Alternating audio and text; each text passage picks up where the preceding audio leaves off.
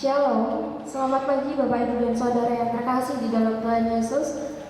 Segala puji dan syukur kita patut kita naikkan kepada Allah yang senantiasa memelihara hidup kita. Hingga saat ini kita masih diberi kesempatan untuk kita boleh bertemu dan datang kepada Dia dalam ibadah kita pada pagi hari ini. Ia berkata, "Ya Tuhan, bukit batuku, kubu pertahananku dan penyelamatku, Allahku, gunung batuku, tempat aku berlindung, perisaiku, tanduk keselamatanku, kota bentenku, tempat pelarianku, juru selamatku. Engkau menyelamatkan aku dari kekerasan. Tuhan hidup, terpujilah gunung batuku, dan ditinggikanlah kiranya Allah gunung batu keselamatanku." Mari kita tinggikan namanya, mari kita puji dan sembah Dia melalui pujian Tuhan Raja Maha Besar.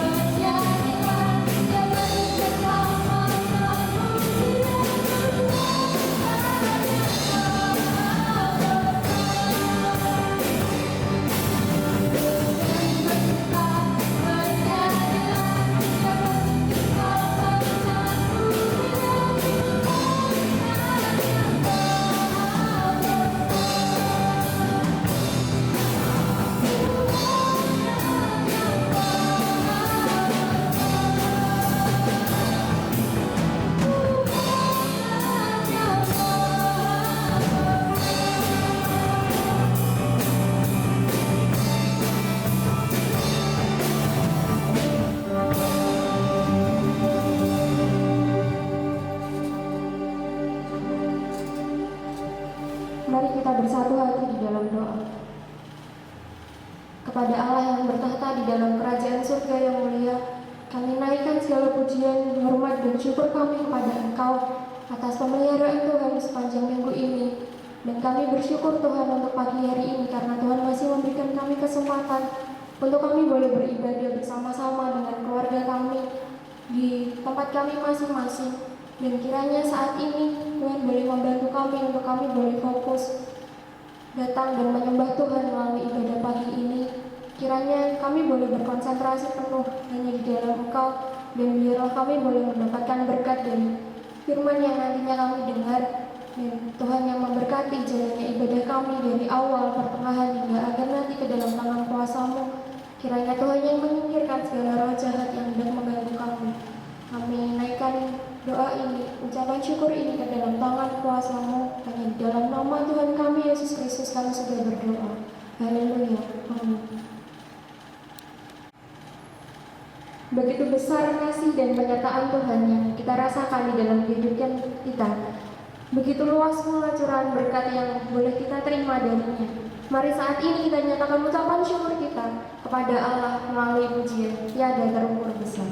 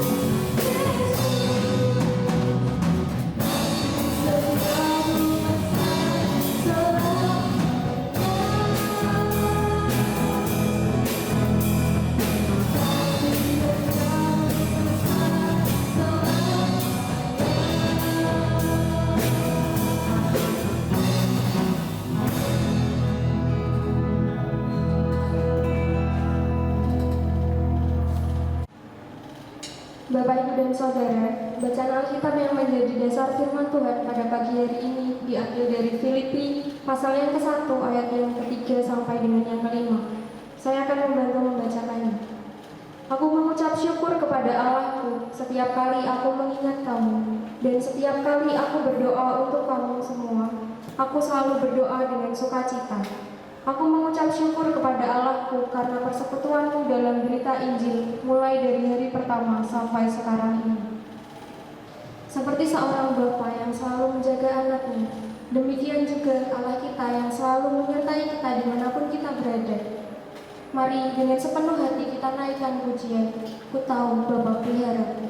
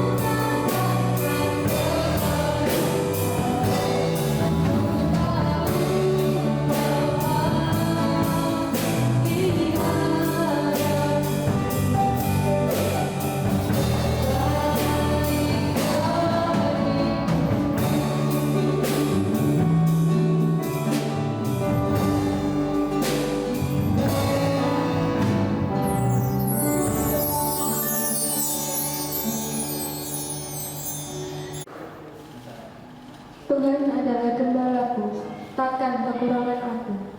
Ia membaringkan aku di padang yang berumput hijau, Ia membimbing aku ke air yang tenang. Ia menyegarkan jiwaku, Ia menuntun aku di jalan yang benar oleh karena namanya.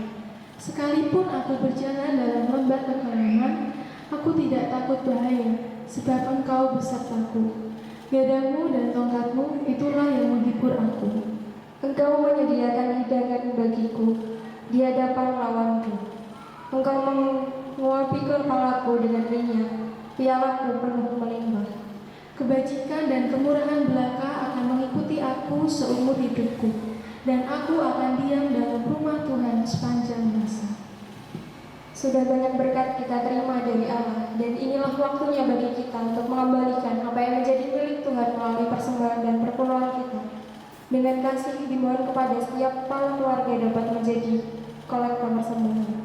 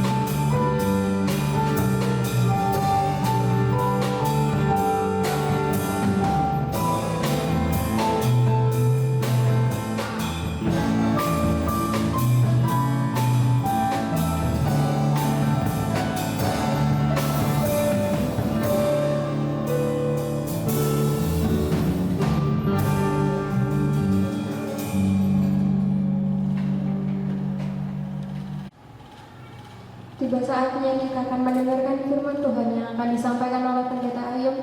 Mari kita siapkan hati, kita siapkan telinga dan pikiran kita untuk mendengar sabda kebenaran firman Tuhan melalui pujian. Ku ingin mendengar suara-Mu Tuhan. Ku ingin mendengar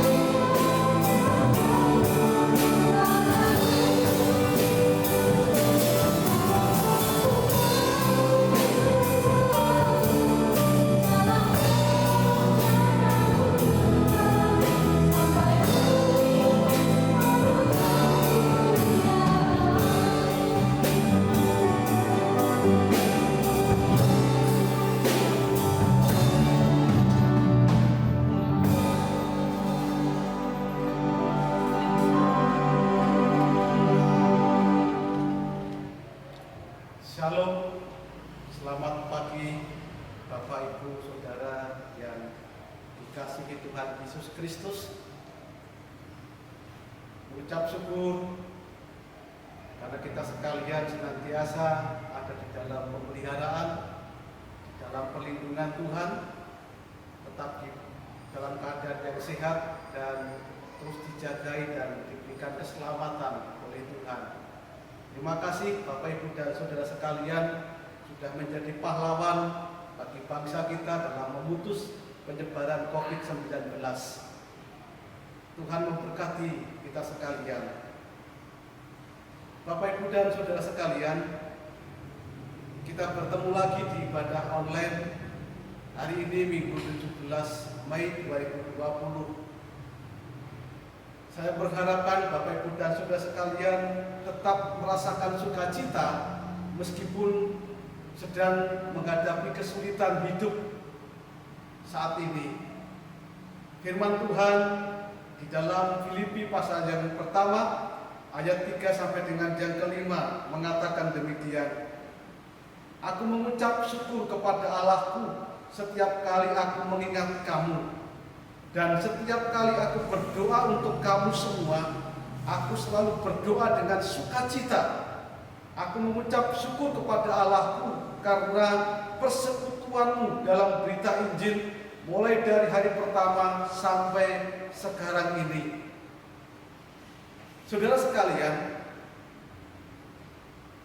sukacita itu berbeda dengan kebahagiaan. Sukacita adalah sebuah perasaan kesenangan dan kebahagiaan yang besar, di mana sumber kesenangan dan kebahagiaan itu adalah dari Tuhan sendiri. Sementara kebahagiaan itu biasanya berhubungan dengan kesenangan dan kenyamanan yang bersumber dari situasi hidup yang baik. Kebahagiaan seringkali dipakai orang sebagai lawan dari kesusahan, tetapi sukacita bukan lawan dari kesusahan hidup. Maka orang-orang percaya, orang-orang Kristen tetap dapat bersukacita meskipun di tengah berbagai ujian hidup yang menyusahkan. Seperti dikatakan di dalam Yakobus pasal yang pertama ayat 2 dan yang ketiga. Saudara-saudaraku, anggaplah sebagai suatu kebahagiaan apabila kamu jatuh ke dalam berbagai-bagai pencobaan, sebab kamu tahu bahwa ujian terhadap imanmu itu menghasilkan ketekunan. Kata kebahagiaan yang dimaksudkan di sini adalah sukacita. Dan kata pencobaan itu adalah ujian. Jadi anggaplah sebagai sukacita apabila kita mengalami berbagai ujian di dalam kehidupan kita. Bahkan orang Kristen bisa bermegah di dalam penderitaannya. Roma pasal 3, pasal 5 ayat yang ketiga berkata, dan bukan hanya itu saja, kita malah bermegah juga dalam kesengsaraan kita, karena kita tahu bahwa kesengsaraan itu menimbulkan ketekunan. Rasul Petrus juga memberikan nasihat, bergembiralah akan hal itu. Sekalipun sekarang ini kamu seketika harus berduka cita oleh berbagai-bagai pencobaan, bergembiralah. Maksudnya adalah bersukacitalah akan hal itu. Sekalipun sekarang kita seketika harus berduka cita oleh berbagai-bagai pencobaan hidup, bersukacitalah. Saudara sekalian, Rasul Paulus bahkan membuat satu perbandingan yang saling bertolak belakang tetapi itu sangat indah. Dikatakan dalam 2 Korintus 6 ayat yang ke-10, di sana dikatakan sebagai orang yang berduka cita namun senantiasa bersuka cita. orang yang berduka cita namun senantiasa bersuka cita. Saudara sekalian, kita bisa mengerti di sini bahwa sukacita Kristen itu begitu luar biasa. Namun kita tahu masih banyak orang-orang Kristen yang hidupnya dibelenggu oleh kesedihan, oleh kekecewaan, oleh kepahitan. Kemarin saya mencoba mendistribusikan bantuan yang diberikan oleh pemerintah. Karena COVID-19 kita tahu, pemerintah kita membagikan paket sembako kepada yang terdampak COVID-19. Sebelum ada wabah ini, bahkan pemerintah sudah memberikan bantuan kepada masyarakat yang kurang mampu. Ada banyak paket bantuan yang diberikan pemerintah.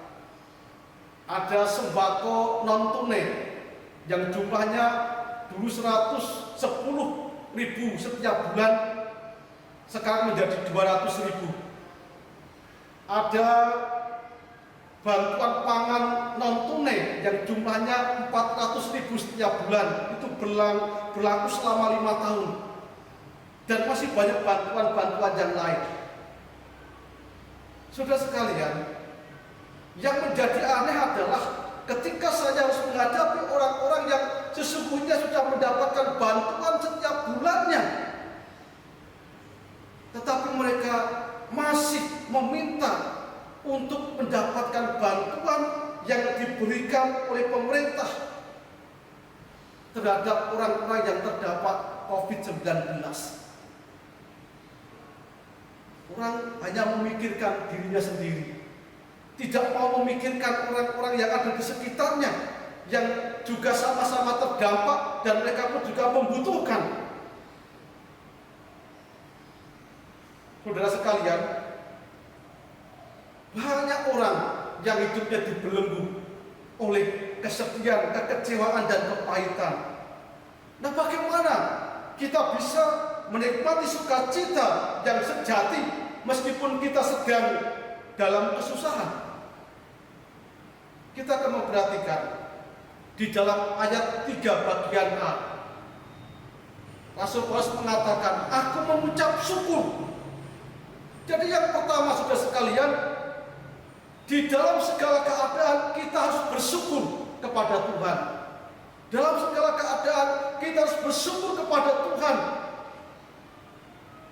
Tema surat Filipi adalah sukacita.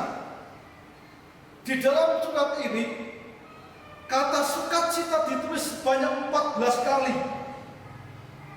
Dan surat ini ditulis oleh Paulus ketika dia sedang dipenjarakan di kota Roma.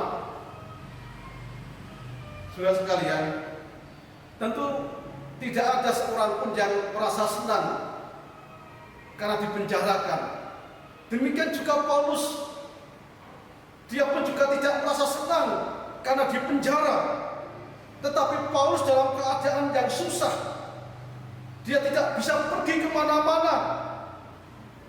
Bahkan dia sedang menghadapi sebuah ketidakpastian, apakah dia akan dibebaskan ataukah akan dijatuhi hukuman mati. Belum jelas. Tetapi di tengah kesusahannya itu, Paulus masih mampu bersyukur. Bersyukur. Eukaristeo. Eu itu artinya baik dan karis itu pemberian. Jadi saudara sekalian, di dalam konteks kekristenan, bahwa setiap pemberian itu tentu berkaitan dengan kebaikan Tuhan. Dan Paulus selalu memikirkan kebaikan-kebaikan Tuhan di dalam kehidupannya. Saudara, orang yang selalu memikirkan kebaikan Tuhan akan bersukacita. Ia akan selalu memiliki alasan untuk memuji Tuhan, karena selalu mengingat kebaikan Tuhan. Tetapi sebaliknya, mengapa orang terbelenggu oleh kesedihan, oleh kekecewaan, oleh kepahitan. Karena mereka hanya memikirkan apa yang belum mereka miliki atau yang belum mereka dapatkan. Mereka lupa menghitung kebaikan-kebaikan Tuhan. Mereka hanya terfokus kepada hal-hal yang menurut mereka buruk dan mengabaikan hal-hal baik yang dari Tuhan. Bahkan mereka berprasangka buruk terhadap Tuhan. Maka orang akhirnya hidupnya dibelenggu oleh kesusahan, dibelenggu oleh kekecewaan, dibelenggu oleh kepahitan. Paulus mampu melihat kebaikan Tuhan di tengah penderitaannya. Dijebloskan di dalam penjara tentu, padahal dia tidak bersalah. Tentu ini menyakitkan hati. Tetapi Paulus bersukacita karena hal itu telah menyebabkan Injil diberitakan. Kita tahu saudara, yang menjadi kesukaan Paulus adalah dia pergi berkeliling dari satu tempat ke tempat yang lain untuk memberitakan Injil. Dan dalam keadaan dia di penjara sekalipun, dia berkesempatan untuk menyebarkan Injil. Paulus mampu memandang situasi yang tidak mengenakan itu sebagai kebaikan, karena bagaimanapun Kristus tetap diberitakan. Dalam segala keadaan kita harus bersyukur. Ketika kita bersyukur, berarti kita menjadikan hidup Allah sebagai pusat hidup kita. Karena kita mengingat setiap kebaikan-kebaikan Tuhan. Itu yang pertama. Yang kedua, perhatikanlah orang-orang yang ada di sekitar kita. Ayat 3b dan yang keempat. Setiap kali aku mengingat kamu, dan setiap kali aku berdoa untuk kamu semua, aku selalu berdoa dengan sukacita. Paulus di dalam kesusahannya tetap memperhatikan orang lain. Paulus selalu memperhatikan jemaat Filipi. Itulah yang membuat Paulus bersukacita. Ketika mengingat mereka, Paulus mendapatkan kesukaan. Kemudian ketika dia mendoakan mereka, Paulus mengalami sukacita. Ada hal yang menarik di sini, saudara sekalian. Dikatakan di situ bahwa Paulus selalu mengingat mereka. Dan setiap kali ia mengingat mereka di dalam doanya, Paulus mengucap syukur dan bersukacita. Setiap kali mengingat jemaat Filipi, ia mengucap syukur dan bersukacita. Memang tidak semua ingatan tentang jemaat di Filipi itu menyenangkan atau positif. Kita tahu pada awal pelayanan Paulus di Filipi, Paulus menghadapi penganiayaan. Kemudian jemaat Filipi bukanlah jemaat yang sempurna. Ada perselisihan di antara mereka. Dan juga pada waktu itu ada ajaran sesat dari pihak Yahudi yang mengancam kehidupan orang-orang Kristen di sana.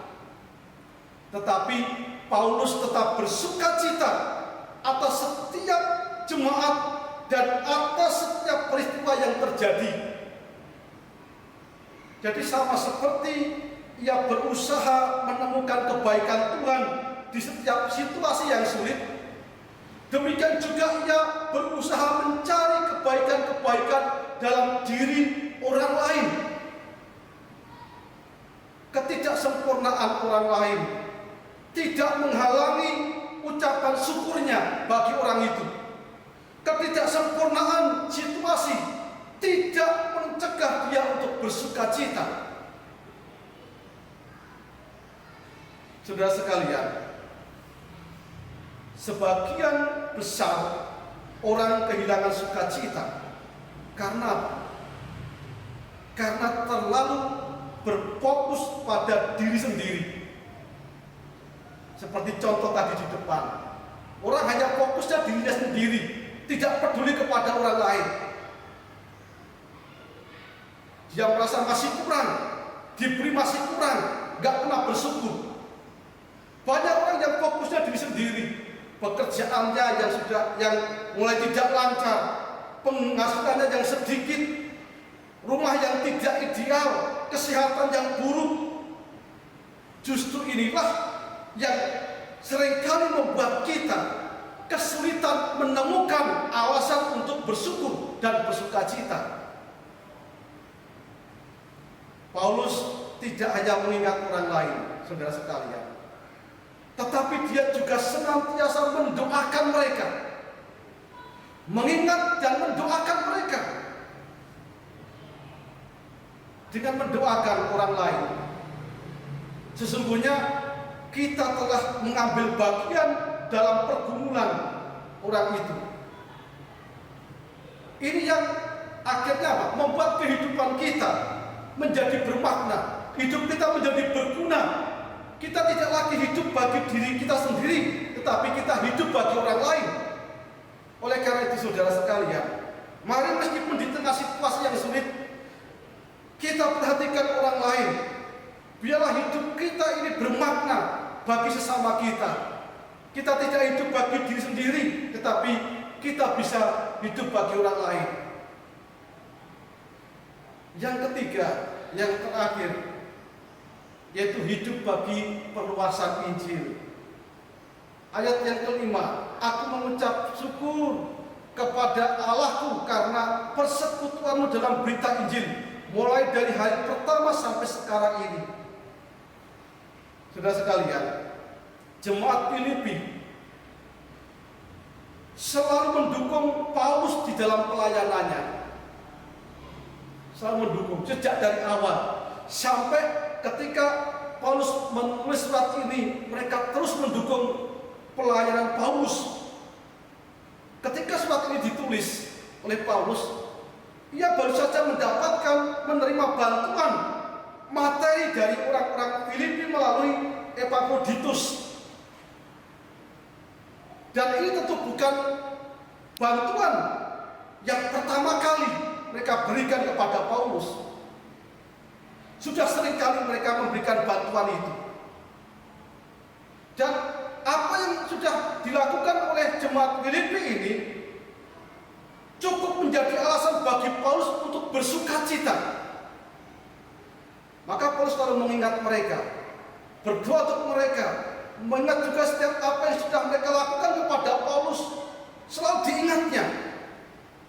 Saudara sekalian, mengapa hidup bagi perluasan Injil itu merupakan alasan bagi kita untuk bersukacita? Kita harus ingat, saudara sekalian, bahwa tujuan hidup manusia itu adalah Kristus. Itu tujuan hidup setiap orang adalah Kristus. Setiap orang harus datang kepada Kristus, dan setiap orang nanti akan menghadap kepada Kristus. Kita tahu orang-orang yang percaya kepada Kristus diselamatkan dan menerima hidup yang kekal, tetapi mereka yang tidak menerima Kristus akan mendapatkan hukuman. Masalah mati atau hidup itu tidak masalah. Yang terpenting adalah bagaimana supaya kemuliaan Kristus itu dinyatakan. Makanya dengan berpikir seperti ini, setiap upaya yang kita lakukan di dalam kehidupan kita, fokusnya adalah supaya Injil semakin diberitakan, semakin disebarluaskan. Saudara yang dikasihi Tuhan Yesus Kristus, marilah di tengah kesulitan yang saat ini sedang kita hadapi bersama-sama, mari kita membawa hidup kita untuk fokus kepada Tuhan. Mari kita terus mengingat kebaikan-kebaikan Tuhan di sepanjang kehidupan kita. Bahkan di dalam kesulitan hidup saat ini kita pun tetap mampu mengingat kebaikan-kebaikan Tuhan. Mari kita berusaha untuk memperhatikan orang-orang di sekitar kita. Doakanlah mereka dan sampaikanlah kabar baik kepada mereka. Karena sesungguhnya tujuan hidup manusia adalah Kristus. dan segala sesuatu yang kita lakukan di luar hal-hal ini sesungguhnya itu adalah sebuah tindakan yang sia-sia. Saudara sekalian, mari firman Tuhan mengajak kepada kita untuk selalu bersukacita, terus bersukacita, walaupun saat ini kita sedang bergumul, berjuang menghadapi kesulitan hidup. Karena sumber sukacita itu adalah Kristus sendiri.